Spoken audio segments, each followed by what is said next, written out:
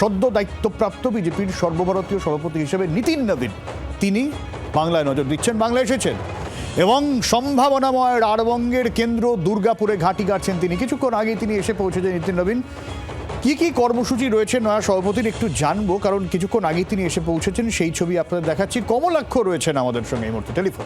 কমলাক্ষ, সব্যসাচী বিজেপির সদ্য নির্বাচিত সর্বভারতীয় সভাপতি নীতিন নবীন প্রথম রাজ্য সফর করছেন এবং প্রথমে তিনি পাখির চোখ করছেন বাংলাকে।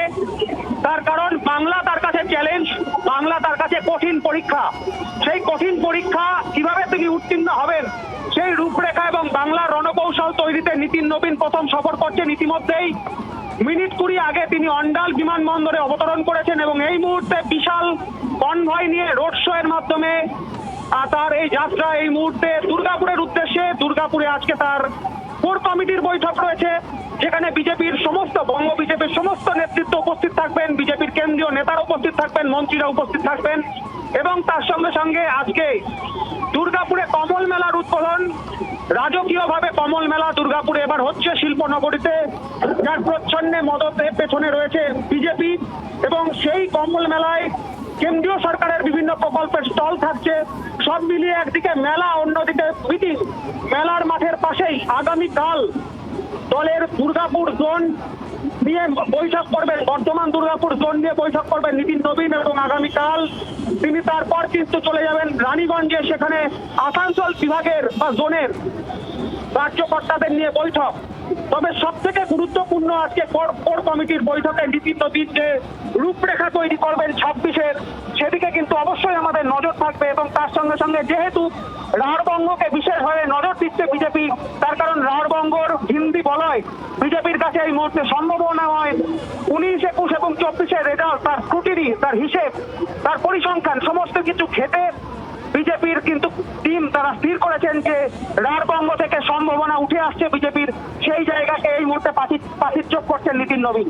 সব্যসাচী, একদমই আমি এই অঙ্কটা তোমার কাছে আরো স্পেসিফিকলি জানতে চাইবো। কমলাক্ষ, একটু সঙ্গে থাকো, কারণ কুণাল ঘোষের বক্তব্য এসছে যখন বিজেপির সর্বভারতীয় সভাপতি তিনি আসছেন এবং কয়েকদিন আগে জয়প্রকাশ মজুমদারের বক্তব্য তিনি আমরা শুনছিলাম, যেখানে তিনি বলছিলেন যে এর আগেও নাড্ডা যখন ছিলেন দায়িত্বে তখনও তিনি চেষ্টা করেছিলেন, পারেননি। তারপরে এখন নীতিন নবীন এসেছেন, কতটা পারবেন তা নিয়ে কিন্তু তিনি চ্যালেঞ্জ ছুড়ে দিয়েছেন এবং এই চ্যালেঞ্জটা এখনো পর্যন্ত দিয়ে রাখছে তৃণমূল কংগ্রেস।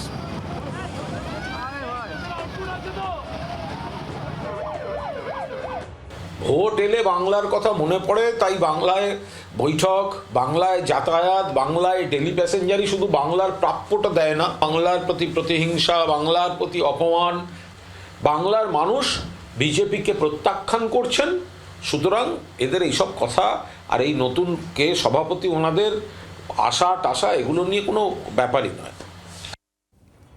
যথারীতি তৃণমূল গোটা বিষয়টা উড়িয়ে দিচ্ছে, কিন্তু এই রাঢ়বঙ্গ এই জায়গাটা কমলাক্ষর কাছ থেকে এই সমীকরণটা একটু বুঝে নিতে চাইবো। কমলাক্ষ,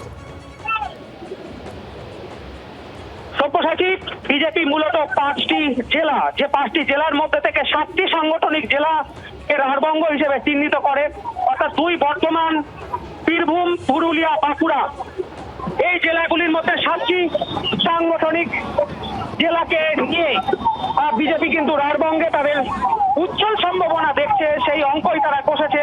অন্তত অতীতের যে ভোটের রেজাল্ট, বিধানসভা লোকসভা নির্বাচনের যে স্ক্রুটিনি, সেই স্ক্রুটিনির পর সম্ভাবনার জায়গা কিন্তু তৈরি হয়েছে এই হিন্দি বলয়ে। অর্থাৎ সব্যসাচী, আমার কথা শুনতে পাচ্ছ?